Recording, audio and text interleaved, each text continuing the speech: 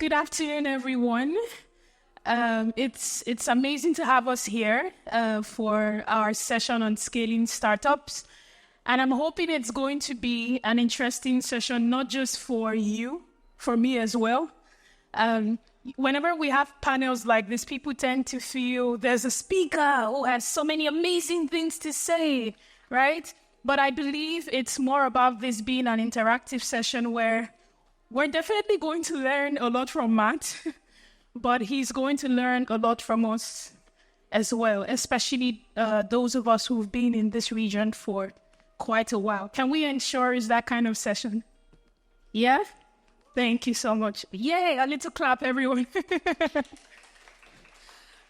Okay, so my name is Glory. I am the acting program manager for the Anjal Z Founder Catalyst program.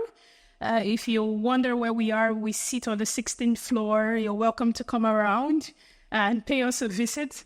And Matt is with us for this week with our startups, and he has offered to share many of his insights with the entire Hub71 community.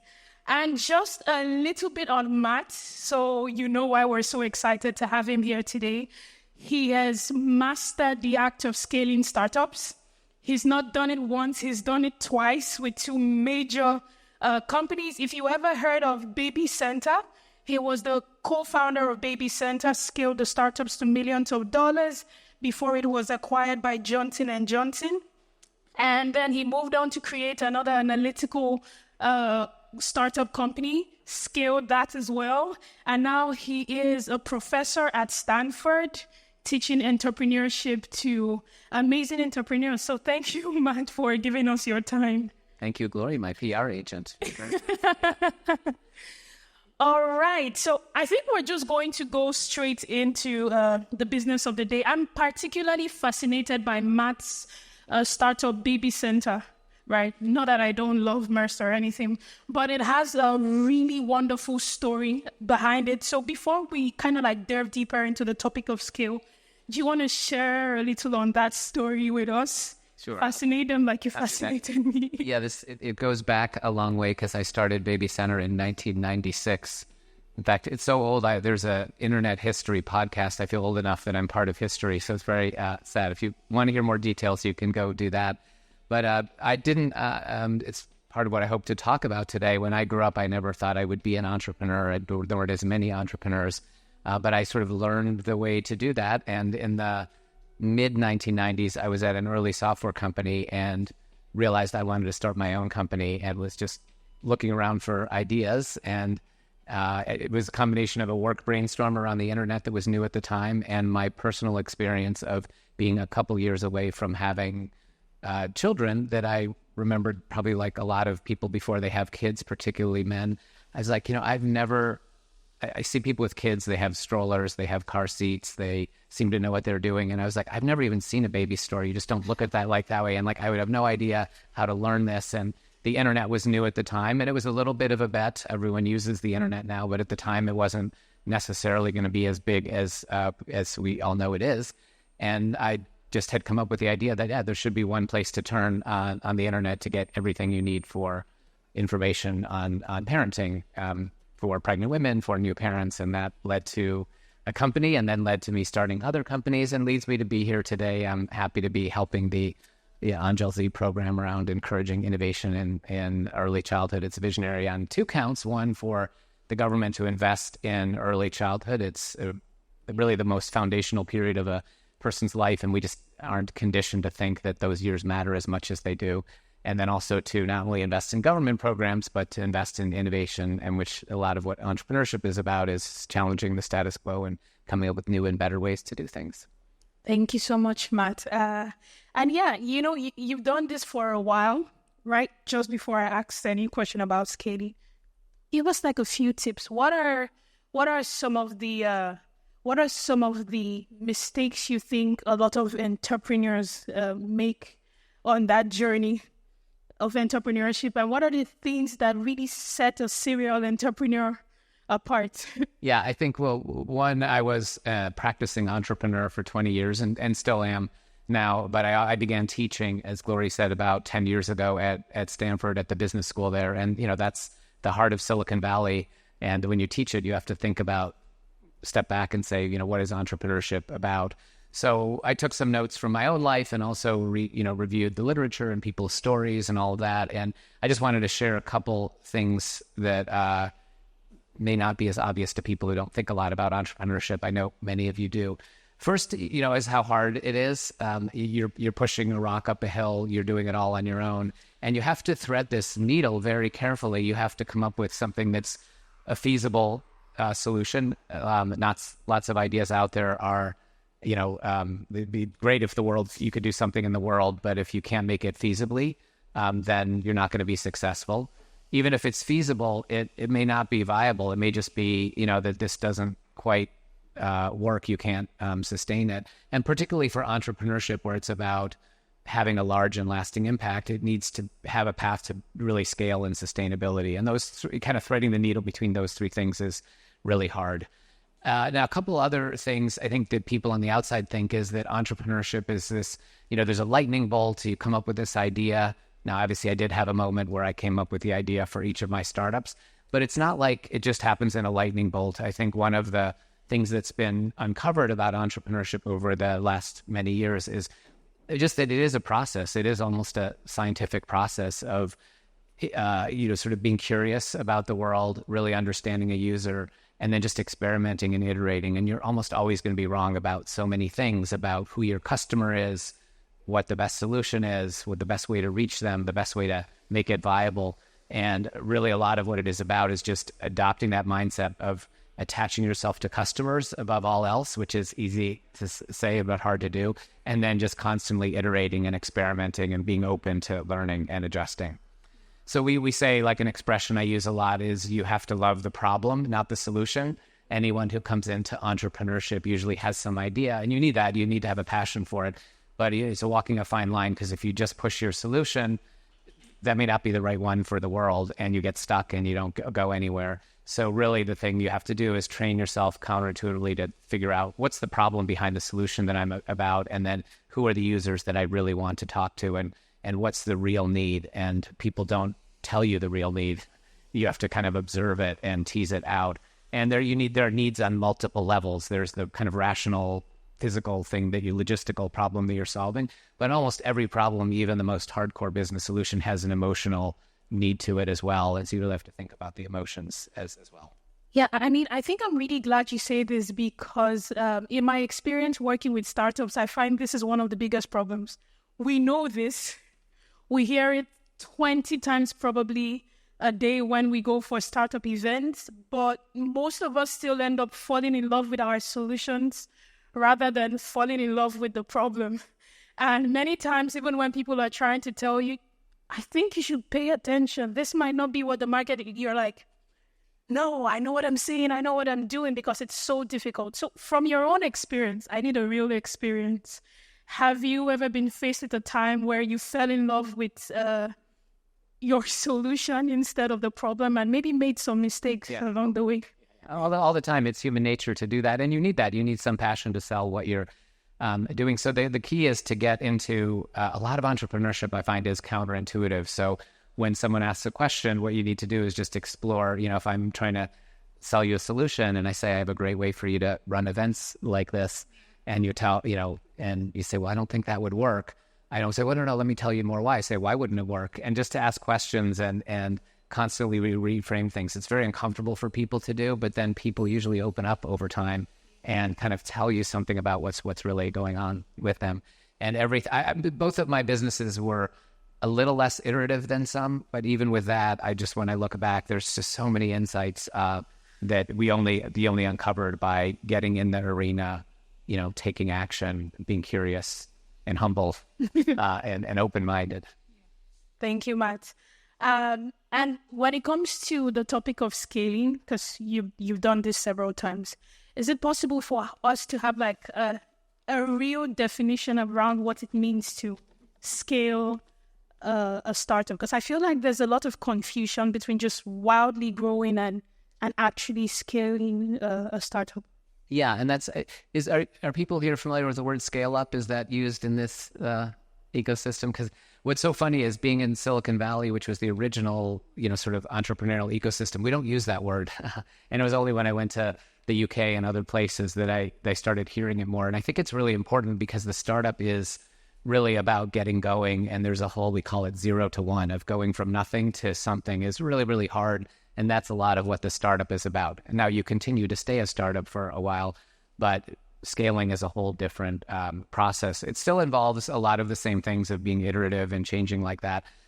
But there are a couple things that I have seen that help you in scaling.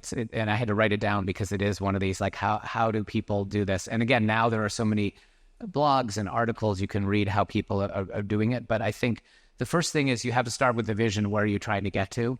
And I think the great success of startups recently, and particularly in kind of entrepreneurial ecosystems, is thinking boldly and saying, how is the world going to change? There's an expression that we overestimate the amount of change that happens in 2 years, but underestimate what it is in 10 years. So, thinking ahead to like imagining the world as you think it will be, or your venture as you think it will be, is important, because if you don't have that end destination, you won't get there. Then the next part is the real hard part. That was the tip of the iceberg. The underwater part is there's not really any blueprints for this, but the main process is actually just learning. You're going to be exposed to a whole bunch of new disciplines, functions in a company, processes that you just haven't been exposed to before. And so you have to figure out, how do you go from not knowing something and not knowing what you don't know to not mastering something, but being comfortable enough to know how to oversee and lead and guide that process. And so the best ways to do that, and the people who've done this most, like if you look at the entrepreneurs who have stuck with their companies and scaled them, there's a bunch from like Bill Gates at Microsoft to, Mark Zuckerberg, and, a lot of founders used to not be able to take their companies to success. One I read about recently was the Airbnb founder, who really talked about just constantly learning. And he did that by going and identifying people who had built bigger companies than his and figured out, what made them tick, what did they have to do. As he added new functions, customer service for the first time, or real estate. Well, they don't do real estate directly, but, marketing and other things, because pretty much everything, he was a student when he started the company. Go talk to people. And before you just go hire someone, talk to people who have been successful in that field, understand what you need to know, what's the secret of that industry, and just keeping that open mind of always building a network of people who are more experienced than you, and who bring those kind of skills together, and constantly changing that, because then you get to a certain size and you need to talk to other people. I've scaled companies to several hundred employees. I can't really help you much beyond that in terms of from personal experience. So I think that's it. Then the other part that's similar that we talked about is you're going to fail along the way. So it's about constantly experimenting and failing and adjusting. You're going to hire people in new areas where you didn't have that function before, and you don't know how to judge success. And so you need to figure that out and make adjustments. You're going to maybe scale the wrong parts or in the wrong direction, or something that doesn't work. And then as that becomes to take hold, it's really about embedding the culture. And so molding the organization to think differently. The people who worked with you when you were a startup are going to need to change or leave, and that's okay, and go to another company. I've seen lots of people change, and it's just embracing a different part of your career. If you raise children, you can enjoy the toddler years different from the teenage years and the adult years. So each phase is fun in its own way, but you as a leader and others have to change. You do have to get a little bit more disciplined. A lot of entrepreneurship early on is discipline in a way, but it's this discipline of like just constantly iterating, and you have to start thinking longer term as you scale and put more operational planning processes in place that they weren't comfortable for me. But you learn to do that, and you understand the benefit. And then the last piece is, it's not about creating like a very rigorous operational plan. Most good companies and scaling companies, it's really about the culture. We have an expression, that culture eats strategy for breakfast. If you build the right culture, it's going to keep feeding on itself. And so you have to invest in a culture that changes towards scale, but is aligned with your vision of where you're trying to go and the purpose that you're achieving as a company. Yeah. So for startups in the room, right? How do they know that they can define themselves as a scale up? They can say, I'm at that position where I want to scale my company? Or is it just about having a big vision that we're aspiring towards, and we say, because we set the big vision and now we're running towards the vision, we're a scale up? Or are there particular things that you can tangibly hold on to and say, you know what, right now my startup is a scale up and we're in that progressive mood? Right. Well, first, I think it comes from being self-reflective of what you want. First of all, not every company needs to scale to become, this huge, massive company in the world. Not every company can do that. There are plenty of successful companies. Mine got large, but not incredibly large. And so you have to decide what's important to you and not get sucked into, the upside of entrepreneurship over the last 20 years has been that there's been lots of change in the world, and that's been a positive thing. The downside of that is there's almost too much celebration of that. The only companies that matter are the really, really huge companies. So you need to reflect on what's the right outcome for your company, because the world is full of all kinds of different size companies. And by the way, they all have to be companies. I've been a nonprofit entrepreneur, a social entrepreneur for the second half of my career and part of my earlier career. So there are different ways of doing that. And then I think the second thing you have to decide once that's decided for the company is your own choice. And I think people don't often just go along with the flow, and they don't think about, is this what I want to do to scale the company? And I've seen people make mistakes both ways. Sometimes they're like, the fun part is starting companies, and I just want to kind of start them and do the early thing, and they don't develop a particular deep skill set in either scaling a company or in one, becoming a manager and leader or in one function. And that's fine. And I say, but just make sure you think ahead. Do you want your life to be just sort of a treadmill of going from one startup to the other and you're a jack of all trades? I don't say that in a negative way. I've seen plenty of people, that's what they get the joy out of, and that's what they want to do. And then I've seen others who, can choose that other path, but you have to want to do it yourself, which is like, you don't have to scale your company. You can figure out how to get it to a certain point and bring in outside talent. Often that CEO you hire from the outside doesn't work the first time and you have to step back in. But eventually, if your company's sustainable, you'll find someone else to run it. So I've seen people also make the mistake of like, I just need to keep doing this and this is what I have to do. And so it really starts with being reflective on what you want to do. And then if you do want to do it, I think it's what I talked about. And that was what I wanted to do. I wanted to start a company and then lead it and see it grow.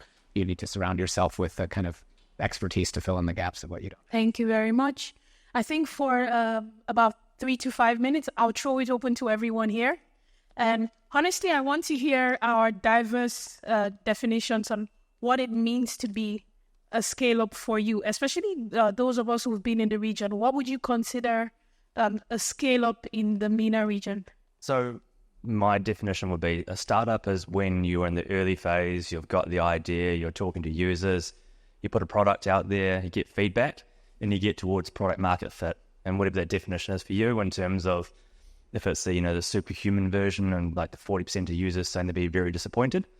But it's finding that product market fit. And then after that, scaling up, and scale up is throwing fuel on that fire to grow rapidly, but not throwing fuel on something where you don't have that fit. So I see the definition being product market fit. If you want to take it big, that's when you move to scale up. So for me, the scale up, it's kind of having a ready product, test it, sell it. Then when you get the feedback, then you are ready to mass product it. So it is the same. So whether you are in the region or you take it out for all the world. I like the fact that we all agree. We listen to those definitions. We also listen to Matt as well. That when it comes to scaling a company, you have gotten to a point where you feel like, okay, there is a market that is ready for this product, and now I want to make it big, right? And I still need us to talk about something I find that happens to entrepreneurs a lot, and I think you touched briefly on this. Not every company would be a scale-up. No one wants to hear that reality, but it is the reality of things. How do we avoid making that mistake of just pouring revenue into looking like we're successful? And many startups make this mistake. They get to a point where it's no longer about growing in a lean manner, about preserving revenue while increasing profitability rapidly. All of a sudden, they're just pouring money into hiring employees. They're pouring money into a new office that might not be necessary. What are some of the reasons why you think entrepreneurs fall into these traps? And how can we actively mitigate becoming victims of this trap? Right, good question. Well, I think the macroeconomic climate has helped a lot here. The funding environment for startups all around the world has contracted a lot. Now, I've been doing it for 20-some years, and so what I'd say is it's still a healthy environment. It's just not what it was 2 or 3 years ago, but that period was very anomalous. And I think the good news of that is not having all of that excess capital around means you need to focus and, love the problem and not the solution, and really just attach yourself to customers and to solving their problem and ideally generating business with them. You can raise outside capital, but I've just seen more companies make the mistake of, focusing on investors and getting the fuel in almost before you know how to use the fuel. And it's not just that might slow you down. It just kills a lot of companies because you haven't figured out what you're going to do. You haven't gotten to that initial part. The money actually is not only irrelevant, it's actually a net negative. So I think the main thing I'd say is stay away from how much money was raised, what credit we get from investors. That's, one little check on the checkbox, but the other checks are much more important of like, what are the real customer insights? What's the real customer traction? How are we getting my company going? It sounds so simple, but everyone just ignores it and goes to the startup parties and writes their press release about we raised X million dollars from, certain investor. And I think sometimes it's easier to avoid falling into this trap when the money isn't coming in. But what do you do when the money is actually coming in? For example, you go to the market and you want to raise, and for some weird, lucky reason, the valuation is crazy, and everyone is willing to throw cash at the product. A good example is the AI bubble and boom of last year. I'll be honest with you, I saw the amount of money that was raised by some companies, and I'm like, why? You have founders who don't even have a product because we're saying, oh, you have a ready product. It's ready for the market. It's been validated. Like, you just have, no offense, for guys who leave ChatGPT and they say, we are going to start blah, blah, blah, no name mentioned. And money was thrown in all directions by, investors. So what do you do when you have a startup idea that people want to buy into? They want to throw all this money and you still need to be careful with how you scale. How do you manage that environment? Yeah, and I've gotten that question a lot when people do get money thrown at them, in essence. And, what I've said of how to do it, because it's so hard to break that the habit of just, we have the money, we're going to spend it, and lose your focus and have complacency creep in, is, most companies, the way they're funded is they'll raise a seed or a pre-seed round of some, million, and then they'll raise 10 times that for a Series A and then a Series B.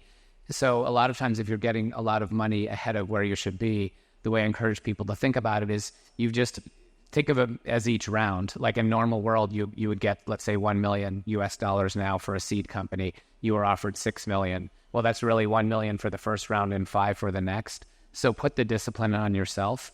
And, and this is where it's easier if you've been an entrepreneur before. If you haven't, go find someone who has. What do we need to achieve with that $1 million? And, what is that in terms of product, in terms of go-to-market, in terms of revenue and traction, and hold yourself accountable for that. And the way even that doesn't work enough because I think it's so tempting. I'm not an expert on agriculture, but I think I know a little bit about cows, that they have multiple stomachs. So I said, just like, you digest each amount of capital in turn. So literally let's say you've raised 6 million and you should have raised 1 million. Take that other 5 million, put it in another account, like physically, because if it's just sitting there, you'll still say, on the margin, here's a good person, here's a program, I'll spend it. So literally just put it somewhere else.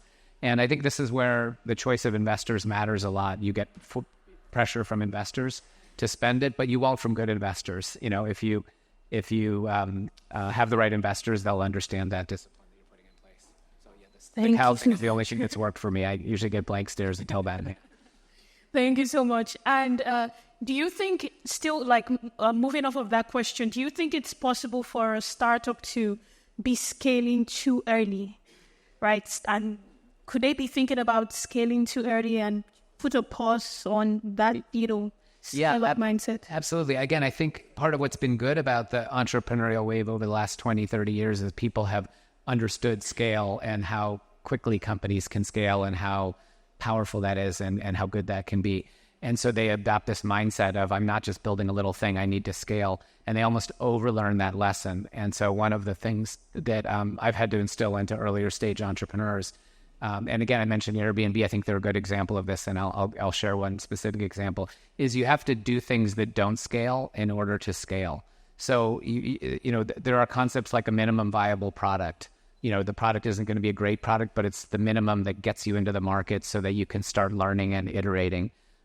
There's another concept called a concierge prototype. Like you would have a concierge in a hotel who will do things for you. Before you build the product, you sort of fake the product. You actually do it yourself.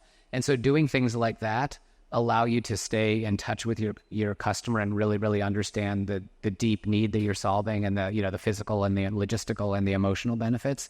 And if you skip that step, you often won't ever really attach to something in the market, and then your scaling will fail. So the Airbnb example I gave is they after the minimum viable product, they had a listing, but they weren't really booking a lot, and they went to New York with a professional film crew and took some pictures of a New York apartment and made it look really nice. Clearly not economic; they would never get the payback on renting those apartments, but it gave people a taste of like what the product could be, and it showed the hosts and the guests, wow, this is like what the service could be like.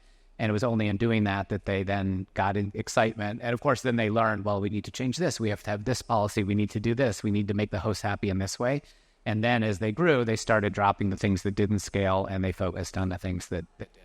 So in a sense, scaling is like a journey, and it's best to start with the things that may not necessarily scale, but learn from your mistakes first before you. Yeah, everything is iterative. We were just talking this earlier. Like sales is another point. You, as a founder, you really should. You almost have to do the first sales yourself, and that's where I've seen a bunch of companies who were overfunded in the last 5 years fail because they were able to hire more people and sales reps, and then the founder was disconnected from the customer, and they never got going. So first of all, you can always break the rules. So feel free to come up and tell me a company that did it differently, and I will say absolutely. But in general, the founding team is going to have to do the initial sales. Even if you're an engineer and you don't like selling, like you can figure it out and you can do it. And there's resources I can point you to that help you get comfortable doing that. But from there, then you don't just hand it off once you've sold some and say, I'm going to bring in a professional. It's you have to stay close enough to it to then start figuring out the scaling process. Well, who are our exact customers? What's the sales process that works? What tips and tricks work and what don't work? That's not going to be all figured out, but enough that you then start to say, okay, this is a little bit regular here. And then you don't go hire 10. You say, let me bring in 1 or 2.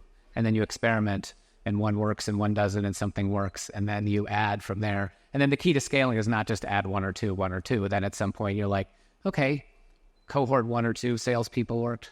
The next cohort worked. Now let's try to bring on 5 or 10. And then at some point, that's when the scale can really kick in. When you're like, okay, we have this figured out enough, then you really can often add, multiples of people around that. So it's just not letting go of that discipline of just staying super laser focused and being super iterative and being super aware of what's working and what's not working and what we need to change. Awesome. Yeah, just to digress a little bit for 1 minute, right? It's a digression, but I have to say this. You said something about how sometimes you need to be able to break the rules. I found something so funny with how we have books written on entrepreneurship, and everyone crowds around that idea, and we say this is the standard of what entrepreneurship should be.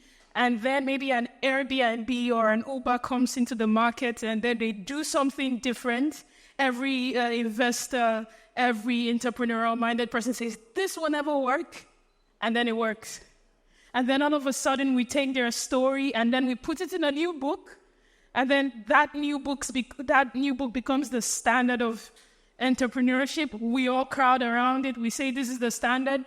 And we go as far as telling another entrepreneur, your pattern is not going to work. You have to use the model of Airbnb and Uber. and that person breaks the pattern again, and then we add it to the book. And I find it's funny and it's continuous, right? I just had to digress because it's important that even though we talk about these concepts, there is a possibility that you can be the different scale up, right? Yeah, and it's not even that there's one playbook and then that gets used up. It's just you always, almost by definition, to be an entrepreneur, you're creating a new future. So you're going to break a rule. And if you're going to break a rule and be a little bit non-consensus, you're going to get not only someone who started another company telling you wrong, but almost anyone in your industry or anyone who's an investor is going to say, no, here's why it's not going to work. We've seen that before. The trick is to, like you do with customers, learn from that, like be super open, absorb that. Don't just act on it directly, including don't just get discouraged. When we teach entrepreneurship at Stanford, we have to keep people away from experts for a while because they're going to hear right away, oh, that's not going to work. It's been tried. And every company that's out there was told that. And so the key is you have to learn from what people are saying and figure out what didn't work, why didn't that work, and then form your own thing. So I like to say, like good writers talk about, some of the writers who write in unconventional ways, and you're like, do they understand grammar? They usually are classically trained. And it's, so it's kind of in writing, there's an expression, you have to know the rules to break the rules. And I think that's the same thing with entrepreneurship. Learn the rules, like learn what everyone did, like be a great consumer and adopt that, but then figure out what rules you're going to break and then have the fortitude to, let someone know I'm going to prove that wrong. And I got told everything I was doing was wrong. And it also becomes a part of the motivation because entrepreneurship is hard. Wasn't my primary negative, competitive drive, but I did have that. And I loved having an investor who would say, yeah, it's not going to work. And then you come back 8 years later because it takes a long time and you just say, but it actually worked. And then they usually say, I was going to invest, but my partners, said no, but I was really with you. All right, awesome. That's absolutely awesome advice. Thank you so much.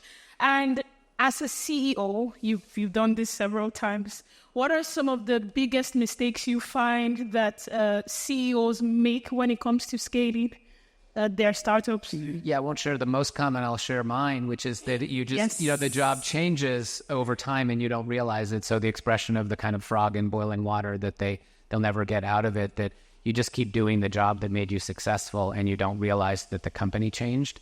And this is where it was helpful to have mentors and other people who could say, you know what, Matt, it's like a different job now. And you think you're perceived a certain way, but your CEO job is different. So you need to change. You need to focus on certain different kind of management skills and traits that are going to work for a larger company than a small company. And so I think the key is it's not like a one-day flip over. It's like everything else. It just slowly works that way. And so you have to figure out how to step back. And sometimes this is where, there also became a point with some of my companies where I'm like, okay, I'm not the best person to run this anymore. Make that determination. But if you want to make it to that next level, then, figure out how to step out of your daily reality, figure out how you need to change. And how your team needs to change around you as well, and then be bold enough to make those changes. Yeah, can you give us some tangible changes that happen for CEOs, maybe going from a small company of just 10 people, you're scaling up to a team of 25, a team of 150, a global team. What are some of the changes you would experience as a CEO in your daily functionalities? Yeah, I think the main was when you're a small 10-person, you're just getting going. You have to be in everything and work with everyone and be really informal and share everything with everyone and know what everyone else is doing. Once you cross that 10-person threshold, you have to realize not everyone is going to be with you every day and know everything. So you need to start focusing on kind of communication and management a little bit. And then I found that kind of 25-ish person company, that's when you really actually become a CEO. And so you have to figure out how to simplify your message, say the same message over and over again, be patient with people, recognize that you're going to have an outsized influence. I had a good VP who worked for me who said, it literally even came down to facial expressions. It's like if you sort of not even roll your eyes, you just look like, oh, that's not good. Or you show up one day fearful because you just came from a bad customer meeting. Those little things, have a way of just getting amplified over time. So you have to learn to control your emotions, your physical, appearance, what you say, not in a way where you're a robot, but just in a way where you're conscious that your little movements are going to have an outsized influence on the team in a way that you just don't think is possible or makes sense. Yeah, thank you so much. I think to that, I'll just share a little personal experience. How many of us were aware when the whole SVB issue happened and companies went crazy? It was really a lot for many startups who SVB, to be honest, was like their major bank holding, right? And I had the opportunity to speak to a CEO of a massive company who said, when that was happening, I was so calm on LinkedIn, posting all this motivation for companies and startups. You will get through this. Meanwhile, there was fire that was burning within the company of the CEO. And yet, on the outside, if you were to look at like the composure, you would feel, oh, they're on top of things. This is the person I need to run to learn more about how to handle the situation. Meanwhile, they were on fire on the inside as well. So I think it really speaks to how, as you scale up, you discover you can't put all your emotions out there. The way you communicate now matters, because you're not just communicating for yourself anymore. You're communicating for an entire company. And we've seen companies who had this issue and almost ran aground because of one Twitter post, one LinkedIn post, carelessly made by a CEO. Right. So you need to buffer that feeling, but you also have to be authentic. That's what you can't be a robot and be like, Silicon Valley Bank's collapsing and like, hey, that's great. We wanted to open a new bank account anyway, because it's just not going to ring true. So you have to have an authenticity, and you also have to have a reality. And so that's part of the art of learning to communicate, of like, who is it? I think it's Shackleton, who was the explorer who got stuck at the South Pole and had to get his crew back. That you live in two realities as a leader, and I think that applies to startups. I think lots of people have coined this, so I'm just borrowing it from others. Is that you have to have this unshakable, vision of we're going to get somewhere and we're going to be successful, and at the same time live in the reality of like how tough it is today. And I think it's good to expose your team to that, because there were times where we were working really hard and kind of buffering our teams too much, and they didn't just see how. They got a little complacent. And so I had to figure out that right level of how do you share something of what's going on. So with Silicon Valley Bank, if we use that example, hey, this is a problem, we have to, deal with this. This is like kind of a really, really big thing that doesn't happen. But you know what? We're going to get through it, because that's what we always do. And we're going to have this challenge, and we're going to have another one. And that which doesn't kill us is going to make us stronger. And this isn't going to kill us. We're going to get stronger from that. Yeah. And as you begin to scale companies, and you come in contact with all of these challenges, to be honest, where you have to be strong for everyone else, strong for the team, be the motivational figure on the team. What are some things you find are helpful to stay grounded, in solving the problem, but still not scaring everyone on the team away from the company? That's why it's good to make sure you have balance. I think the best CEOs are the ones who don't live in that persona and their life is about the CEO. The best thing is to have that job be one part of your life. It becomes all-consuming in a positive way when you're a startup CEO. You love to think about it all the time. But I think you need to sort of stay grounded as a person. I think that's, first and foremost, what you need to do. And then you just need to draw on, and hopefully it's like for me personally, it's what I love building companies. I love building organizations. So if you stay true to that, and you also realize like you're hired to solve problems. So I think part of that was a helpful thing for me. If there were no problems, you wouldn't have a job to do. So you sort of have to lean into the problems, as that's what we're here to do, is to help navigate, difficult situations and take some joy in doing that. Thank you, Matt. So before we go into asking questions, our individual questions to Matt, I really want us to contribute to this particular question. What are some of the challenges we believe startups face, especially as much as we can in a region like MENA when it comes to scaling their startups? Can we share? Because what you say might be very helpful for the next person sitting down to you. What are some of the challenges you feel like startups can face scaling in the region? Yeah, so the main issue, the jurisdiction. So you have to deal with each country. So if you are in MENA, that's almost 22 jurisdictions. That's the major issue. I think that's a big one, like scaling across different countries. I find it's the same thing with Europe.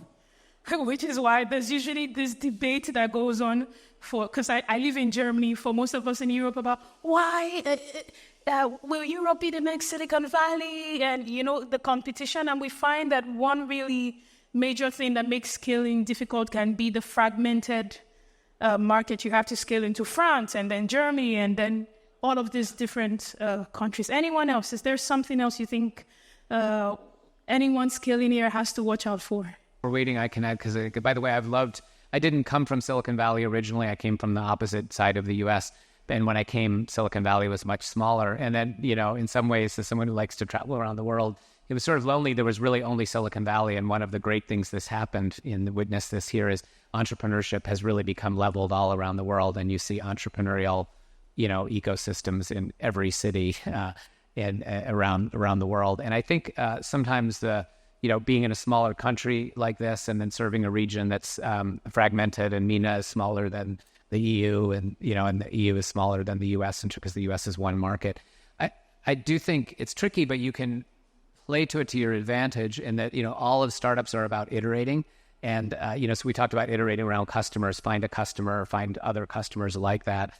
The key that I've seen that work best is, and let's just take it in the MENA region, is find out, what are be very mindful about which are the right next countries to expand to. And just like I talked about going from one sales rep or 0 to 1 to, 2 and then to 5, there's an art and a science to picking, which is the largest next market to serve. And sometimes it's not just the largest by population. There might be something that fits what you're doing, or it's maybe the third largest country, but it has a lot of similarities to other countries, so you can serve that. And so, use each one of those as little, gardens to play in, and then you can expand. And when you get bigger in scale, it gets a lot easier to hit some of the smaller countries. So I think being real clear within the region that you're in, and also across the world, I've seen lots of smaller countries take advantage of it. Of like, we can go anywhere in the world. We can go, we don't have to just go from, New Zealand to Australia, or from, the UAE to Jordan. We can look at Europe, or we can look at the US, but again, make very conscious decisions about when that is the right time to do that. And sometimes skipping right to the largest market, like the US, is a good next move versus something in your region. And sometimes that's the worst, thing to do. Thank you so much. Does anyone have another one? Yes. Just on what you said, how would you decide, or what are the factors that you would consider when, let's say, scaling to another market? Like you said, maybe going to the US, even though it's big of a market, might not be the best move. What is the thought process when you were to choose which country to expand to, which market to expand to? Can you elaborate on that? Yeah, I think, and I did that, starting in the US, we went around the world. And with software, it's very interesting. There's a strange phenomenon that's still true, that somehow English-speaking markets are larger than, they're easier to serve than other markets, even if they're larger. So coming from the US, the UK was an easier market to serve than Germany, even though Germany is a larger market. So I think there's two ways I would look at it. One is it's what I call a multi-factor decision. Like, you need to look at not just, GDP or even market size for your particular segment, but how easy is it to address the market? And sometimes that's company specific.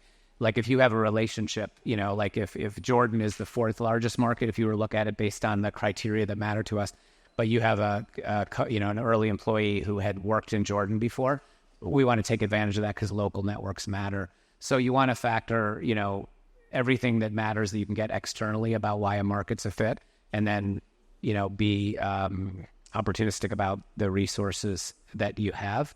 And then I would say this comes back to the scaling part. I talked about expertise. Go study other companies that have scaled. Go talk to local companies in the market. Go find an executive who's been ahead of international, or a lot of them, they turn into consultants later, and really get smart about what are the opportunities and the hurdles, both about when to go to another country and how to think about it. And then once you do it, how not to fall on your face, which people usually do because it's harder to serve markets. Coming from the US, I'll say I see a lot of companies who haven't been there comment. I think this is true elsewhere. Like, you have to have a connection to the local market and learn it. The US is pretty open, so the way I've seen that usually happen is like it almost will take a co-founder to move it to the US for a little bit to really get to know the market, because you have to know it, and also you probably have to go around and talk to people and hire people.